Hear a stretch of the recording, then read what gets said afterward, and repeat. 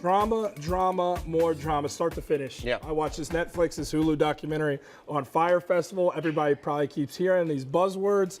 All right, so I'm gonna tell you a little bit about it. It was a festival, and it was out there selling dreams, everybody. Selling dreams, a luxury on a remote island. It was anything but. It came up criminally short, and now lives 2 documentaries that are detailing just how much of a scam this whole idea was. Selling a remote, extravagant concert backed by influencers. It was gonna be like nothing else you'd ever seen. Kendall Jenner behind it, Bella Hadid, a lot of other influencers promoting this festival.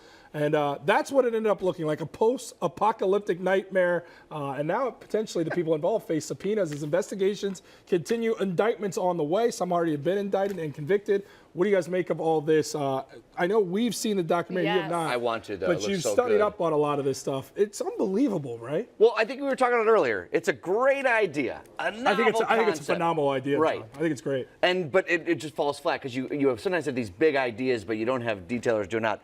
I laughed at the whole thing. I think it's hilarious that people. It's so not you. Like, this is so anti-John. It is. It's so Krista Green. So I'll let you take over, Krista, because you were like in tears for these people, right? I mean, yes and no, but like the prices were outrageous, so this was never even in my thoughts of possibility ever going to. But okay, if you had the money for it, because yeah, again, it's out of reach for most of us.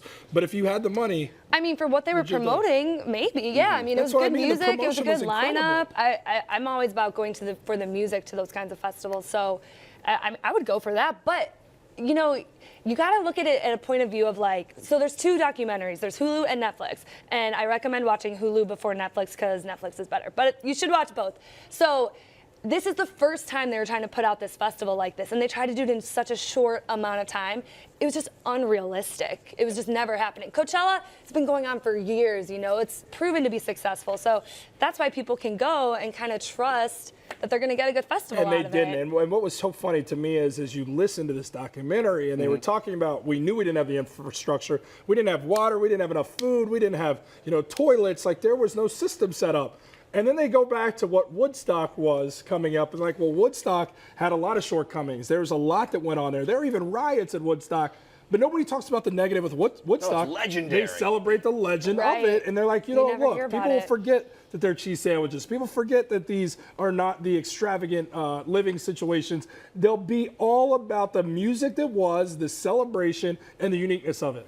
But that was not the case at all. I think this is really revealed, the documentaries and what happened. I can't wait to watch them. But the idea of influencers choosing our decisions for us based on this fake world that we see on Instagram, that this beauty that we start to imagine. I think we get a false sense of the things that we're enjoying or the things that we think we're going to enjoy. And that's why I loved it and laughed so much, because people are sold a bill of goods from people that are the famous celebrities that these aren't like travel experts. No, and these are just famous people. These are famous people, and you're just setting yourself up for failure when you think that influencers are going to give you experiences that you think that you're going to get from elsewhere. And that's why I enjoyed the whole thing head to toe. I felt no pity for any of these idiots. I'll save you 2 hours of laughter. You don't need to watch it because you nailed it. I mean, it's really about. But I want to watch the people crying. I want to watch the people so sad about it. That's the bigger discussion there, is the impact that these influencers have, that influencers literally drive our generation to go do things. They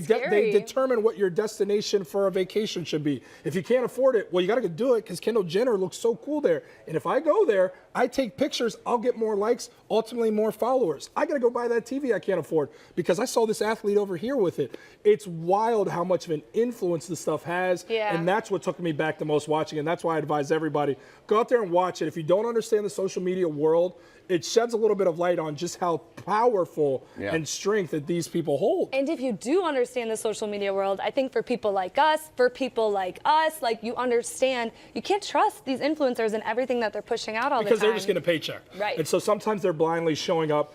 And that's what it was. Kendall Jenner went, she had no idea what the product was that they were pushing, but she decided to take a big paycheck to go on a vacation for a week. Look, we are all into these digital experiences. I think we should be into real experiences. There is this hotel in Sweden. It's offering free hotel rooms to people who can do the unthinkable. who can put their phones down for an entire trip. Gasp. Imagine that, John. All right, so the hotel wants to encourage quality time spent with loved ones, Krista, and experiencing the world around them rather than taking one of these, which is a phone, and looking down at this and going, That's a card, Jordan. oh, that's pretty cool. This is a tablet, though. You can use that. Technology. But what's cool That's cool. is what you pay less the less you use your phone, right? That's the deal behind the whole thing. Yes, exactly. So the price goes up as you use it more. I think it's How ingenious. pathetic is that? Wouldn't you just leave your phone alone and max out on saving money? If Motel 6 is going to give me my free room, I'm throwing my phone out the window. I'll take anything that is free 99. But no, for real, I think it's a real cool idea. Plus, it has lights that kind of turn red if you're up to full price, and if you use it more, it gets more and more expensive. I think what a great way to kind of just remind people, even if you don't go stay at this hotel in particular, that like, look, just put your phone in a drawer somewhere, and you don't need to score as many internet points as you possibly can. It is possible to have a fun, wonderful experience with yourself and your family, and nobody knows about it ever. You think we're bad?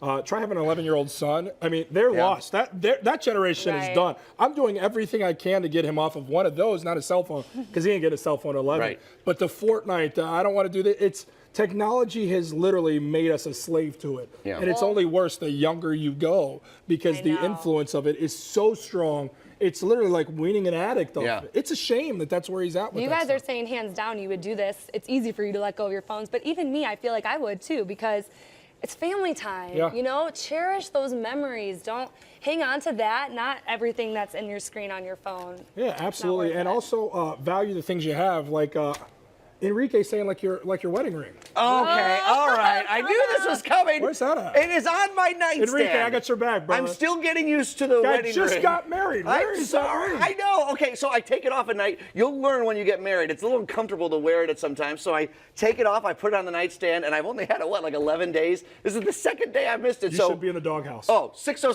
in the is morning, in the I had a doghouse. text from Enrique, Enrique. we got your Oh no, back. he texted me immediately. Where is your wedding ring? It's on the nightstand, honey. I will put it on later. Okay, I there we go. promise. All right, now that we've Someone covered give me an that one. onion ring or a ring pop, and I'll put it on. Anyone got something around here?